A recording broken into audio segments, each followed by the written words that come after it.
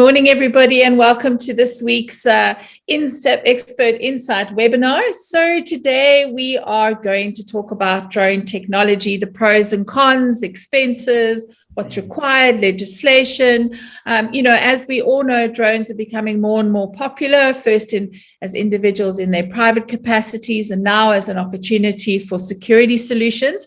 So I have invited a panel of experts who are both community leaders working with security operators within estates, with drones, and of course, with legislation and constitutions and the requirements from an estate, HOA, and body corporate perspective. So before we get going, just a little bit of housekeeping. Many of you have been with us over the last few weeks in our webinars, but just to run through it again. We have a chat box on at the bottom of your screen. You'll see a little box that says chat. If you click on that, the box will open and you can pose any of your questions to the panel. We'll do our best to tackle those questions throughout the course of this webinar. And for those of you who registered to the webinar or are receiving the recording, I have received your questions and your requests, and we will tackle them in this presentation as well.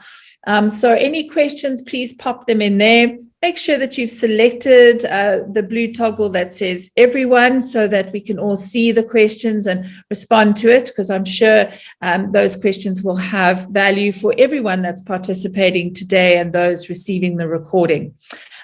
Also, during the webinar, a few polls will come up. A box will appear in the center of your screen with a poll question. If you could take a moment or two to have a look at it.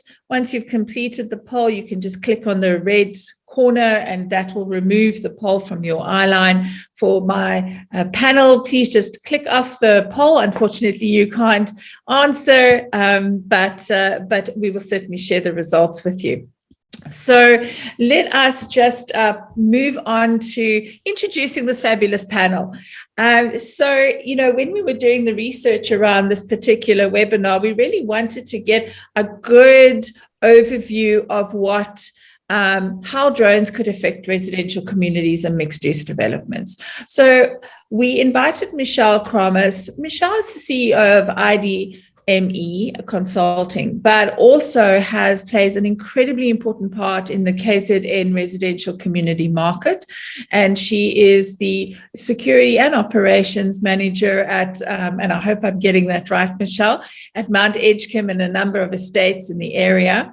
So she's coming into today's webinar from actively working with estates, actively working around security solutions, and of course, operations and how you would execute those solutions. Dirk Uys, a well-known figure within the residential community industry, representing years and years of experience coming from the Western Cape. He will be talking about their experiences and maybe bringing in another side, slightly more on the con side of the discussion, which is great to have. Bertus Greeff, who is the CEO of RPAS Consulting, representing the drone community today. And thank you so much, Bertus, for putting your time aside. As you can see, he's on location right now. And so we really appreciate you joining us. And last but not least, from TVDM Consulting, we need to look at legislation and law. And Lamees Finch is representing that side of the discussion.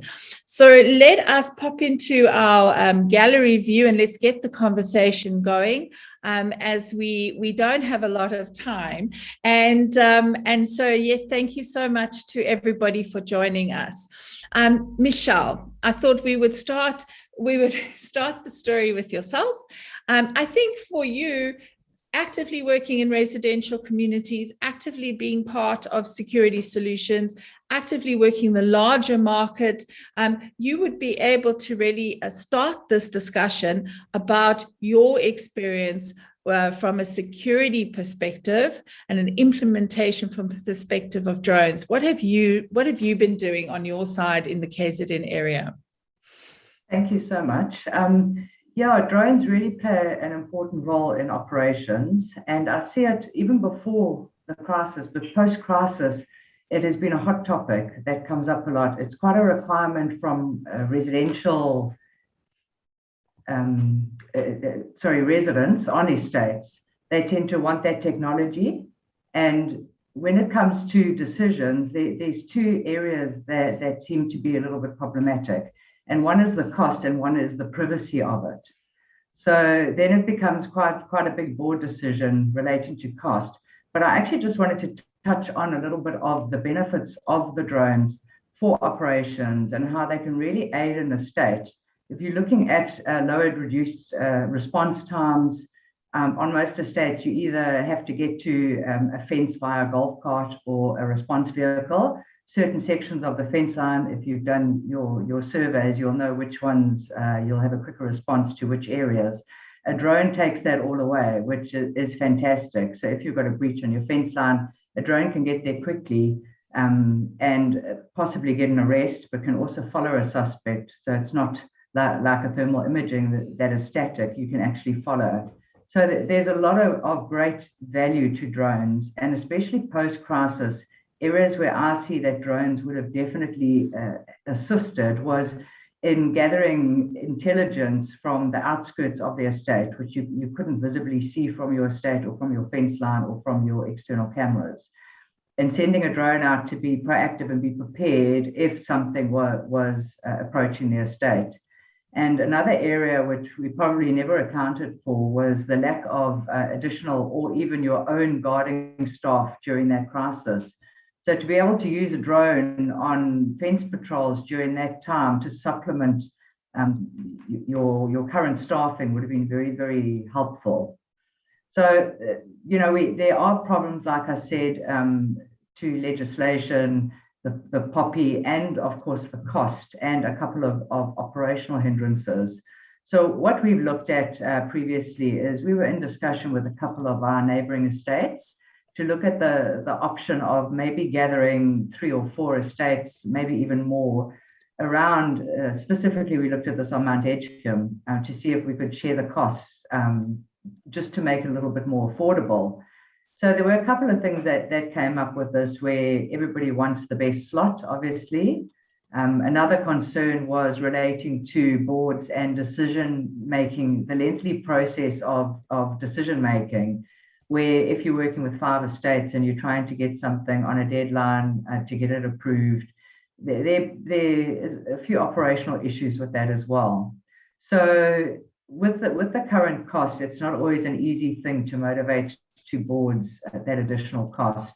Most estates have already limited guarding staff on their fence line with the use or the upgrade of the CCTV on their fence lines with thermals.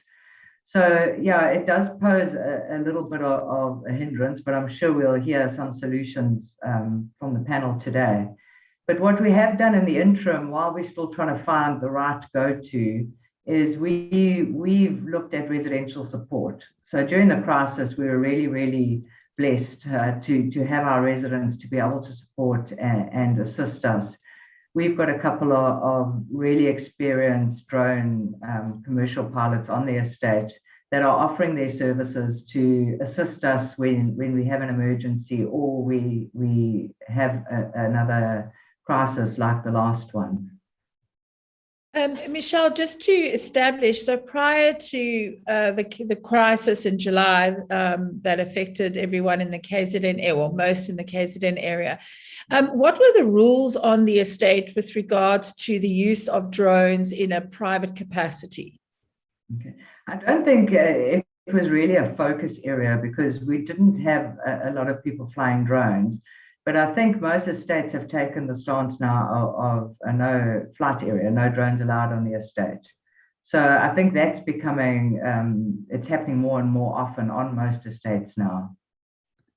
So prior to the event, you didn't have a problem, though there were already a few individuals living in your estate, as you mentioned, at commercial licensing.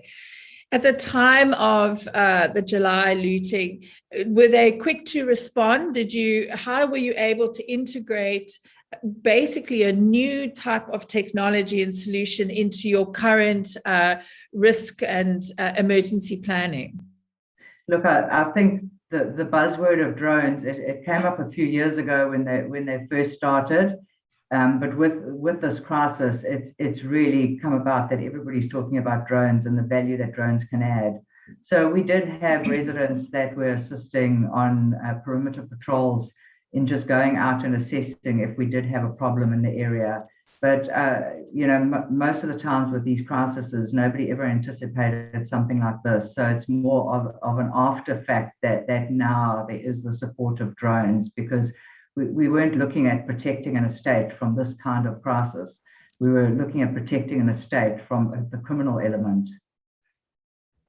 And so now post the event, have you found, has this initiative to start looking around at the collective use of a drone, has it gained some momentum, or has these roadblocks around timelines, operational issues and cost sort of brought work to a halt? Well, in all honesty, I looked at the solution prior to the crisis. It was actually probably a good 18 to 24 months ago. But unfortunately, post-crisis, from an operational perspective, if you do your post-crisis evaluation, you will notice that there are some risk areas that weren't covered, especially for this type of crisis. Like I said, it's a different type of security now that you're providing. So unfortunately, the list and the need for funding is greater than it was. So there is almost a priority list of what needs to be done, what we can get the most bang for buck. So it's probably created a little bit more of a stumbling block because of the cost factor and the long list of things that we should be looking at in order to protect us in case of a crisis in the future. Okay, so as a business, I understand your requirements from actively at Mount Edgecombe, but have you seen as a business that you've had an increase in the number of requests for drone solutions within their security, or have you not noted that? I think a lot, like post-crisis, the discussions are there. When we're doing, I've been assisting a lot of estates with post-crisis evaluation and the crisis management plan. And it's definitely a line item in the crisis management plan of having some type of solution. I think there's still a lot of gray areas, and that's why I think this discussion is well timed, because a lot of people are asking questions. They don't understand the hindrances with flying drones, what we are allowed to do, what we're not allowed to do. So it's definitely a line item, and it's up for discussion at the estates that I'm working with. Fantastic. And I think, thank you so much, Michelle. And understanding the value that they offer and knowing, especially in the KZN area, having had this, have had what you've gone through in July, and that cannot be underestimated. I think, Dirk, within your sort of capacity, you got a little bit further down the line than just the research. You costed out the opportunity for drones. Dirk, maybe you could just let us know a little bit about the research you did and the environment the results that you came up with at the time. Thanks, Louise. The issue of cost is always on the table, obviously, as Michelle has also alluded to. But let's start at the beginning. I think there's undisputed benefits of drones, especially if they are capable of doing thermal imaging. And one can use them very effectively, especially on fixed line patrols like your perimeter fence, etc., and also with automatic flying patterns and the like. However, going down to costing of a drone for an estate, you would be looking at about 140,000 Rand to get the base model that can do thermal imaging. And secondly, after your CapEx expense, you will have to have an operational budget of about 30K to keep it up in the air and to have a pilot flying it, etc., etc. So it does have a cost implication. However, this can be offset against a saving on security staff where possible, or like in Michelle's case, where they are sharing the drone operation between estates. That's, however, only practical if estates are really very closely connected and there's agreement on when the drone should be where. You also have the option of training a pilot in-house. So you could train your security manager or shift leader and share that between estates too. That would come at a base cost of about 70K. Then you can have a trained pilot, which you can add on to your cost then. The issues that was also encountered was the POPI Act and its implications on the one hand.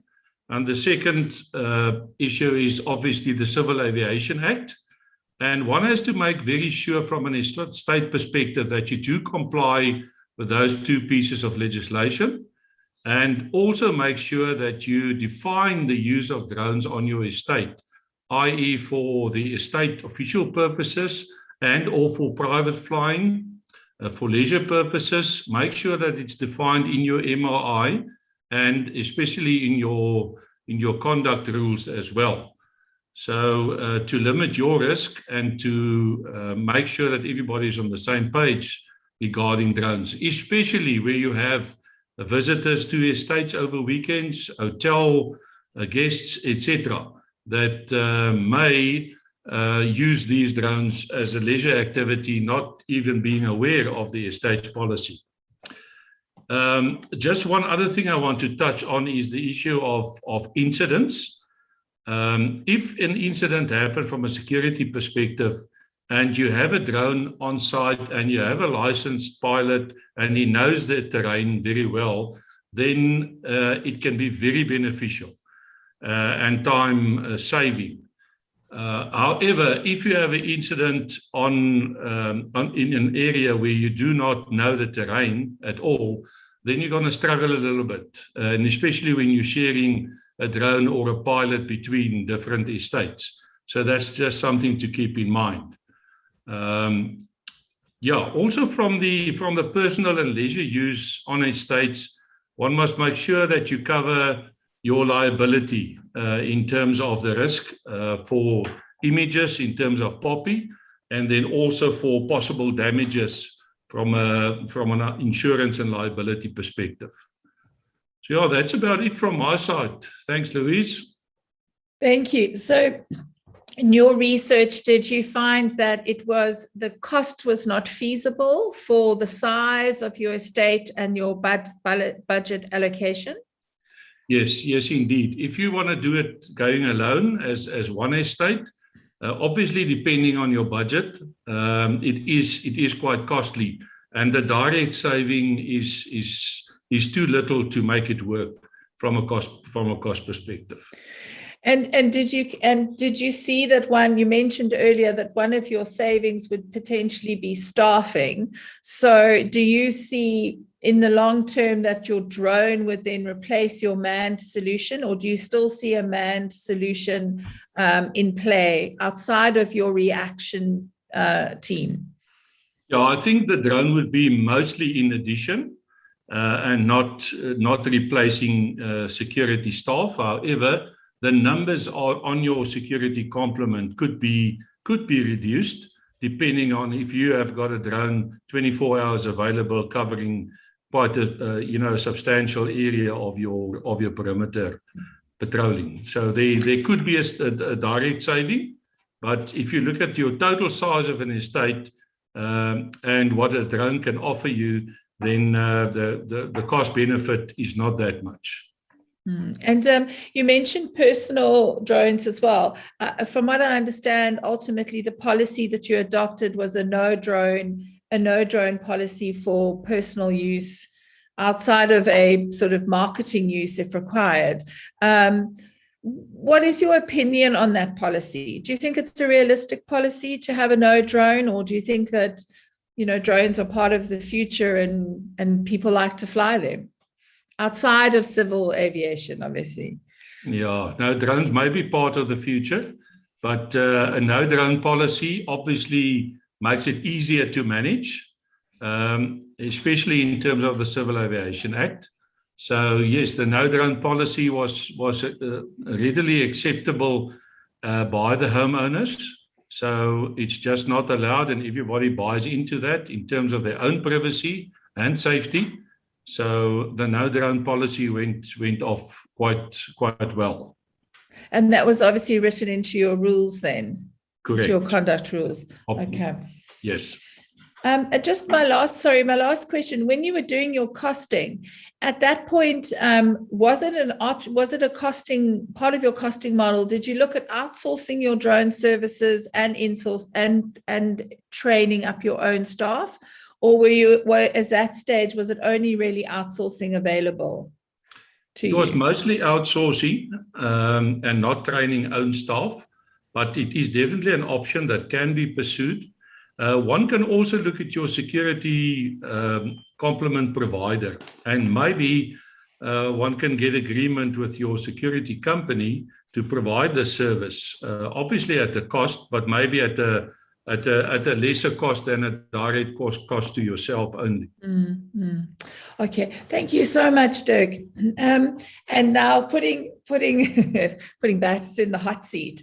Costs. It always seems to go back there.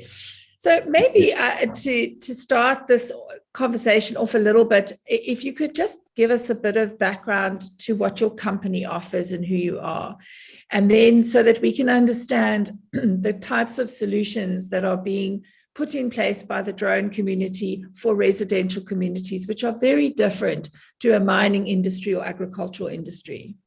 Perfect. Thanks, Louise. RPAS Consulting has been in the drone industry for about the past 5 years. We deliver actual drone services such as security, surveillance, etc. And then we also assist clients with getting their drone programs legal and in place, because the legalities are quite strict in South Africa. There's quite a lot of civil aviation law involved. And from a liability perspective, you will need to comply with that, or you could possibly end up at the wrong end of the law if things goes wrong. So cost, yes, the technology does come at a cost, unfortunately. All good technology does come at a cost. I have to say that the technology has matured quite well over the past couple of years. And with that maturation, there has been a reduction in cost units. So, for instance, if you wanted to buy a proper FLIR unit and operate it 3 years ago, you would have been in for about 350,000 for a unit. And these days, you can get away with a base cost for just a unit alone for about 100,000 already. And then you've got a full FLIR capability that can see at night, etc. So the technology is maturing. With that, costs will come down, but it is still a huge factor to consider in your budgets. Sorry. And then, so your one cost is the actual the equipment. Staff is the second cost. Am I assuming correctly in saying that the information that is coming from the drone is being fed back to your control room? Is it being fed back to the on-estate control room, or is there a sort of control room on your side that's monitoring the footage? Normally, a drone on its own is not a solution. So we tie in the drone with the ground security team, and then from a operational perspective, it's better to be actually situated in the same office or building where that information and that data can be shared immediately with people that can take appropriate action on the ground. Otherwise, you lose the edge of the in-time data that you get with the drone. If you have to now still phone somebody or explain to somebody what's going on whereas if you're sitting right next to a ground security personnel familiar with the terrain, it often ties in well. So we prefer to work out of the estate security control room. Okay. So if cost is a big factor and the environment is somewhat different to mining industry, how has your business looked at what the estate needs are? What would you describe as the boxes that you're ticking for the estate themselves? There's a couple of ways to consider getting costs down. Obviously, that if you can drop the time in air, you can drop that physical flying cost, that physical machine cost in the air. Then again, as Michelle mentioned, if you can share the resource between a couple of estates, that'll bring cost down. If you deploy cleverly, you don't have to be in the air 24/7. If you develop a proper operational plan, you can once again reduce that time in air, which can bring down cost. And then we as a company offer the solution where we instead of offering the estate a turnkey solution, we assist the estate in getting their own solution legal and on the ground, which will also incur a saving. Okay. So when it comes to POPI, Civil Aviation Acts, and the various kind of rules and regulations that govern the use of drones. So if we could start and look at it in a private capacity. So do you require a permit to own and operate a drone in your own private capacity? No, the law doesn't require it, but it's got very strict policies then in place. So you're not allowed to, first of all, do it for any financial gain, which is going to be difficult to prove in your context because you're protecting assets. Then there's very strict rules saying you can fly a hobby drone, but you're not allowed closer than 50 meters to people, closer than 50 meters to buildings, over roads. You can't fly above the height of the highest structure within a 300-meter radius. So within 10 km of an aerodrome, and most estates in urban areas would definitely fall in that category, effectively blocking a private user from using a drone legally. So if you're living in an estate as a homeowner, resident, or trustee right now, then you would need to go, if you wanted to operate, if you were allowed to operate the drone in the estate, you would need to go and get a permit, and that you would apply from Civil Aviation. Is that correct? You actually do a pilot's license, a whole licensing. So the whole process will take you up to 2 or 3 months. Where you've got to get the different ratings in place and the courses in place to make you a legal drone pilot. But that in its own is not sufficient. You've also got to fly with what we call an ROC, which is like a air services company managing the drone pilots and the aircrafts therein, because there's going to be proper records kept of maintenance done on the crafts, of hours being flown. There's going to be logs of the batteries. Everything needs to be in place. So it's quite a thing. So you can't just even a hobby drone, like a little guy that you just want to shoot up for some fun. That's unfortunately not. You know, and it's an open question. I mean, who will want to catch you? And I mean, if you're not doing harm, normally there's not a problem. But there's, you know, if somebody complains, you're always at the risk of having to face the law. Or if your drone falls out of the sky, you're also at risk to fail. That's the bigger topic. Okay, so I'm just getting a question here. Can these drones legal use laws be? Okay, so Paul will answer your question a little later on. I'm sure we can. Or I think Kim has probably also answered that question for you. My apologies. Okay. Now, if we look at the use of drones from within an estate as part of their security measures, so there you definitely would need, obviously, a professional operator to operate the drone. How would you go about, if you choose to purchase your own drone as an estate? How do you go about and get the right sort of a permit? It's quite a lengthy and a detailed process. So what I would suggest is anybody that's interested in that to contact me afterwards, and I can start giving you that information. But that is exactly what we can do. So I can assist you in getting that done correctly, because there's a secondary implication as well. If you do in fact catch a perpetrator, your evidence needs to stand up in court. And if the whole link, the whole value chain is not legal, then it's very easy these days for you to lose the edge of the information that you're actually getting, and then you just have a couple of nice pictures, which is not the idea. So you want to get that prosecution, and you want to get that guy in jail, and you want to be able to prove it when you stand up in court, and you don't want to fall apart there. So when it comes to the POPI compliance, whose responsibility is it? So as a business, you would need to be POPI compliant to be able to work with residential communities. But how do you look at POPI when it comes to drones? and I know Lamees will cover this as well from a slightly different perspective, but I'm interested to hear your side of the law. How do you manage it? At this stage in time, we manage it with the landowner permission. That's primary. So the landowner, in your case, a board or however it works, needs to give a proper permission to say you can gather data on my complex. The same as a security camera at the gate or facial recognition at your entry systems. So the landowner gives us that permission, and for the rest, the data obviously keeps being here, so the data doesn't go public at any stage in time. So it comes back to the security office, which then manage it confidentially as well, and that's how we keep the circuit closed. And I must say, most of the drone applications is not low-level applications like people see flying around a park, the typical hobby videos. So we would, for instance, it's quite sufficient if we can operate at 400 or even 600 feet. Our ROC allows us to fly higher, and because you just want that broader data picture. You want to see there's somebody coming in now. Bertus there. Sorry, Bertus, we lost you there for a second. Would you mind just repeating that statement? I'm just going to, normally when we fly drones, height is our friend.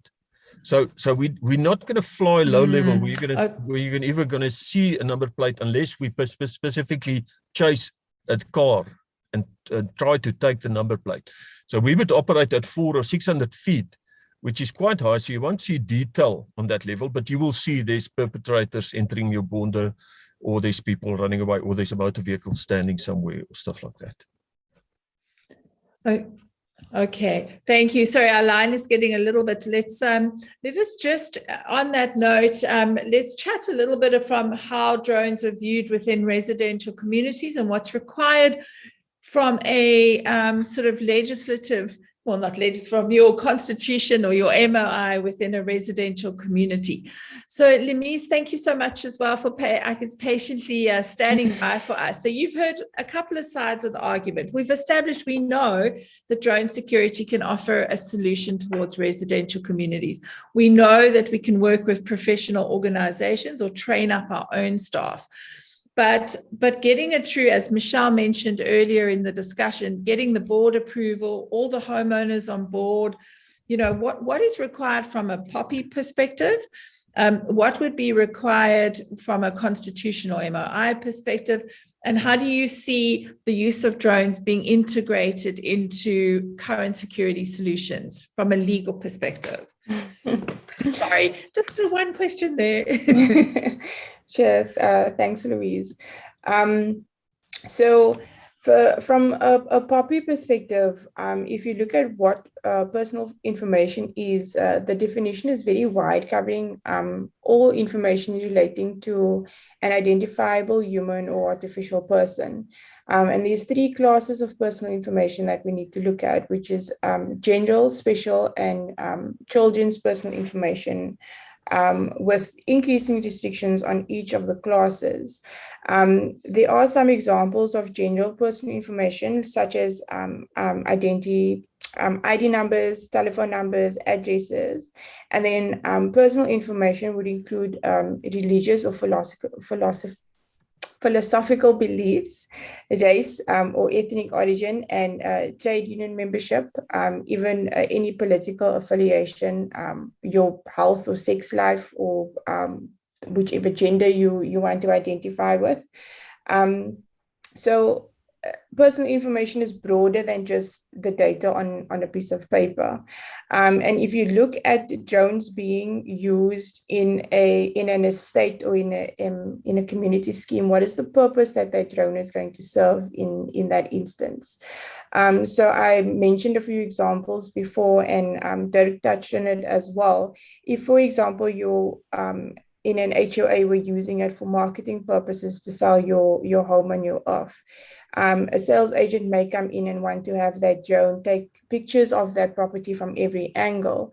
And when doing so, you need to be considerate of the surrounding properties, your neighbors in the surrounding areas. And if I'm not mistaken, someone who is who hasn't given permission to have a drone fly closer to them than 50 meters cannot be in that image. And so the person taking and controlling that drone and capturing that imaging needs to be cognizant of how it's being done. And for that commercial purpose would also need to have a pilot's license, Bertus, if I'm not mistaken. So they would have to be careful in the capturing of the images in terms of POPI.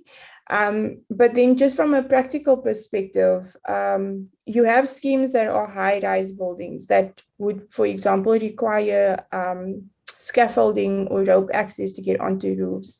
And in that instance, they could use a contractor who has a pilot's license, who can go up onto the roof with the drone and take imaging. So from a practical sense, it makes sense to allow drones to come into the estate or into the scheme for that purpose.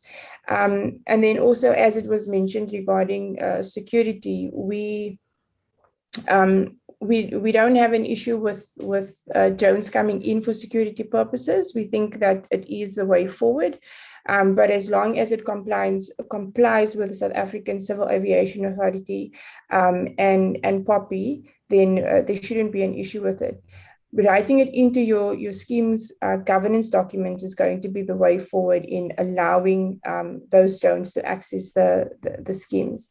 And in order to do that, the board of directors or the trustees would have to review that document and present it to the members for their approval at a meeting.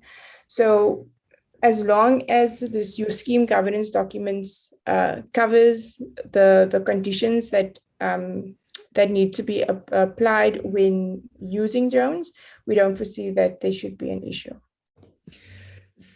So for example, if we look at Michelle's strategy of bringing in 3 or 4 communities, within her catchment area to share a drone technology, and Bertus has got all the relevant permissions and the right people flying it and the flight path, etc. Would Michelle require the written permission from each and every one of those homeowners who are in that flight path to be able to operate the drone? Well, that would be covered in the scheme's governance documents. So if there is an agreement that is going to be put in place with multiple schemes and the use of one drone or 3 drones with one company, that needs to be spelled out so that the homeowners are understanding or have understanding as to what it's going to entail when and who's going to be using that information and for what purpose that information is going to be used. So you sort of are getting a buy-in from the members, provided, again, as I said, that it's covered in the scheme's governance documents. So would something like that type of buy-in from the schemes need to be part of an annual general meeting, or how could something like this be tackled? Would it be a special meeting, or how could it be seen? Most constitutions that we have seen require a special resolution that needs to be passed in order for the constitution, for example, to be amended. And in terms of a body corporate, you would have to have, it would probably end up being in your management rules, because it would be a management situation that needs to be approved, and that requires a unanimous resolution at a special general meeting. Okay, and are you finding that as a company, this is something that's becoming more, you're being asked to tackle more and more? What type of situations are you finding that are cropping up in the homeowners associations that you're working with? Obviously, you don't need to name any names. We had one incident that I was involved in where a homeowners association had questioned whether or not to allow drones in this scheme, and they opted to not. Okay, so it's been, again, opting not to have them, unless, of course, for security reasons. I suppose that would be okay. Just a question, and I think Bertus asked this question earlier. What if you had an overwhelming majority of people who did want to use the drone as part of a security solution, but had a minority of people that were saying no? What would be the correct course of action in a case like that? That's always a fun topic. That's when you go to your meeting and you unfortunately are bound by the resolution that you have to take. I can come up with so many scenarios where things have happened where some want and some don't. But with a special resolution that has to be passed, 75% of a quorum has to approve that. And if 75% of your quorum approves it, then it's a go. And unfortunately, the ones who don't want it won't have much recourse other than to go to the Community Schemes Ombud Service to have that overturned. Just my last question. Have you seen any cases where CSOS is dealing with drone debates, drone incidences? Yeah. Not to my knowledge, no. Okay. There might be precedent there. I haven't personally seen anything either, but I'm sure it's coming. So Jen, it is to round up today's discussion. And again, thank you so much for everybody who's participated. Bertus, we were asked a question by one of our audience members of an example of a success story when it comes to the use of drones. And, we discussed this between us prior to this event, is how do you measure the success of a use of drone? And perhaps you could give us just a little scenario where you have found that drones have made a difference in the security of a particular, I don't know it's a commercial entity, but the general rules would apply to us as well in a residential environment. Oh, perfect. Obviously, I can't name any names, but we're sitting on a job where we used to lose 20 truckloads of material a day, which is now down to 0 at the moment, because we've taken the intel to the police. There were successful prosecutions, and yes, so we have received the successes. Yes. So the reduction. And just as we wrap up, any other member of our panel, any last comments experiences that you've had, or anything you feel that you could share with our audience this afternoon that would be of value to them regarding your drone encounter? Michelle, any further comments? I think most of it has been covered, and if you can get around all the hindrances with getting a drone onto your estate, I just think that there is shared value, and this is just a little bit of info for operational usage to share it between internal budgets, because they're not only great for security, you can use them for sewerage, for flooding, for checking levels of water during heavy rains, if they are suitable for that. But it can be a shared budget between different departments as well to share the expense. Thank you, Michelle. And sorry, just one more question coming from our audience is there a particular type of drone that is best suited for all weather circumstances? Bertus? They are, obviously they come at the price again. So an all-weather drone would typically be a Matrice 300 machine, but there you're looking at a deployment cost of about 350 to 400,000 for the machine to have an IP43 rating. But normally, we don't find that that's worth a while. So we at the moment, the best machine we suggest is the Mavic 2 Enterprise Advanced, which has a dual camera capability, FLIR and RGB. And that machine is substantially less expensive. The problem that you normally have when you fly in inclement weather like rain is then you get the drops on your lens, which makes your data pretty unusable anyway. It's like driving with a windscreen in the rain that no wipers. So we tend to come back and stay out with inclement weather. Don't go up. So to any criminals out there, you need to rob when it's raining. That's a weak point. It is. Thanks. Could see you're a South African criminally minded person. Yeah. Okay. Yeah. Okay. Where did you work again? And Dirk, Lamees, any final comments as we wrap up for today? Dirk? Yeah, Louise. Lamees. There is a comment in the chat from Paul Davies. He says conduct rules would need amending, as well as POPI prior manuals that need to be interlinked and possibly updated annually. So just from the regards to POPI and PIA in terms of the body corporate legislation or governance documents, it is our recommendation to have the management rules updated where POPI and PIA is concerned, because it is a management function and not necessarily a conduct function in terms of behavior in schemes. So I just thought that I'd throw that in there. Lamees, just also a question coming in from Henny here as well, asking about, we have a security forum that consists of representatives of our neighboring estates, shopping centers, etc. We're investigating the use of drones or drone service to the greater community. Do you say this means an MOI change? Neighboring estates, shopping centers, office parks, etc. They would need to look at it to incorporate drones into the MOI.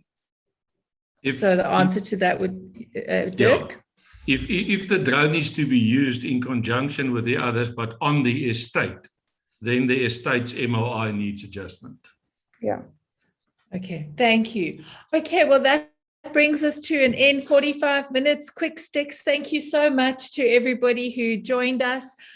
Please, we are recording this, so I will share the recording with everyone.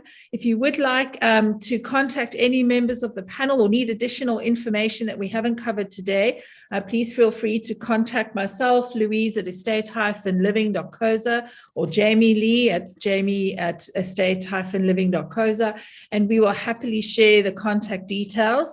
To folks for joining us today, thank you so much. Your insight, your experience is so valuable to the conversations that we're having around this technology and all of the other aspects that affect the success of residential community living spaces.